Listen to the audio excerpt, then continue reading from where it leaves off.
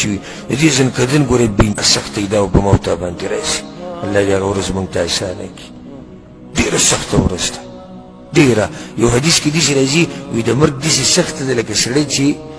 300 ګزاره په توره باندې لګي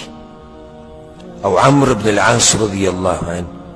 هغه به دا خبره ډېره کوله وایي زه حیران یم هغه سړي ته چې د ده نه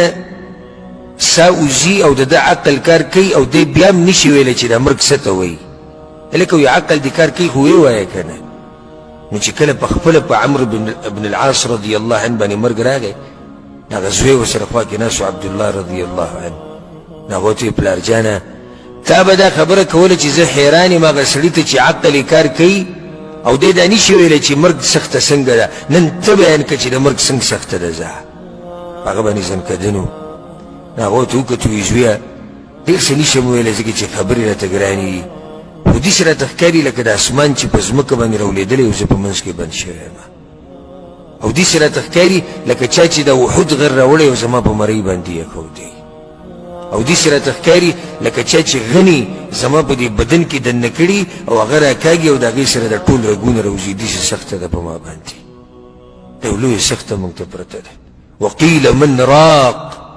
خلک چغې کي که نه وایي څوک شتي دمګر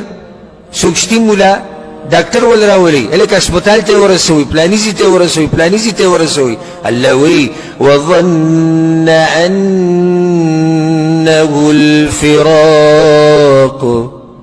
دوی خو دا چغې وایي خو الله وایي دې مړي ته یقیني پته وي چې زما د جدا کېدو وخت دی دا خلک هسې لګیا دي باندې وایي وظن انه الفراق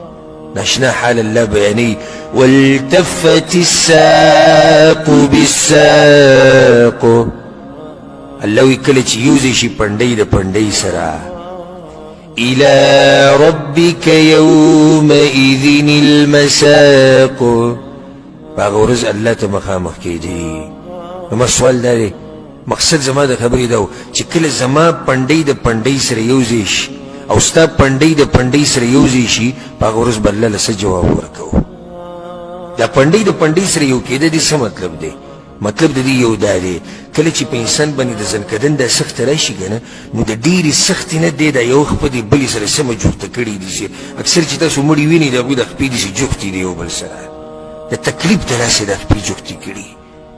او یو معنی علماو دا کړې ده والتفت الساق بالساق او کله چې پنډۍ د کفن یوځای شي د پنډۍ د انسان سره